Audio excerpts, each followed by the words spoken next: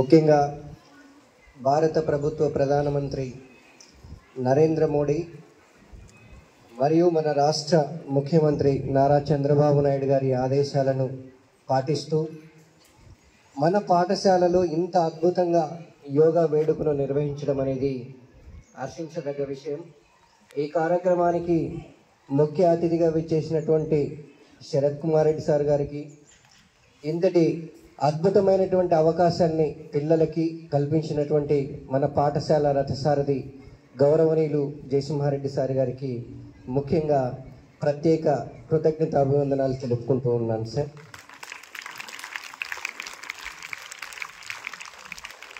స్వచ్ఛ ఆంధ్ర మరియు యోగాంధ్ర ప్రతిజ్ఞ గురించి నేను చెప్పిస్తా. ప్రతి ఒక్కరూ మనం ప్లెడ్జ్ ఏ విధంగా చెప్తామో స్వచ్ఛాంధ్ర ప్రతిజ్ఞను కూడా ఆ విధంగా ప్రతి ఒక్కరూ చెప్పాలి. ప్రతి ఒక్కరూ చేయి చాచండి ముందుకి. నేను నా పరిసరాల పరిశుభ్రత మరియు యోగాంధ్ర అభివృద్ధి కొరకు ప్రతిరోజు కొంత సమయం కేటాయిస్తానని నా వంతు కృషిగా శ్రమదానం చేసి పరిశుభ్ర ఆంధ్రప్రదేశ్ సాధించే సంకల్పానికి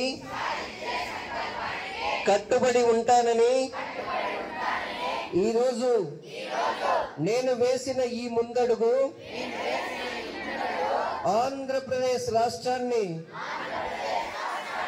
ఆరోగ్య పథంలో ముందు ఉంచడానికి సహాయం చేస్తుందని నమ్ముతూ ఈ రోజు నుండి నా తోటి వారికి కూడా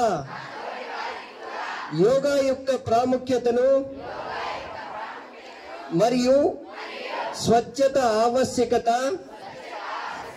తెలియచేస్తూ స్వచ్ఛ శరీరం స్వచ్ఛ ఆలోచనలతో నా పరిసరాలను ఆరోగ్యకరంగా కాపాడుకుంటూ నా తోటి వారిని ప్రోత్సహించి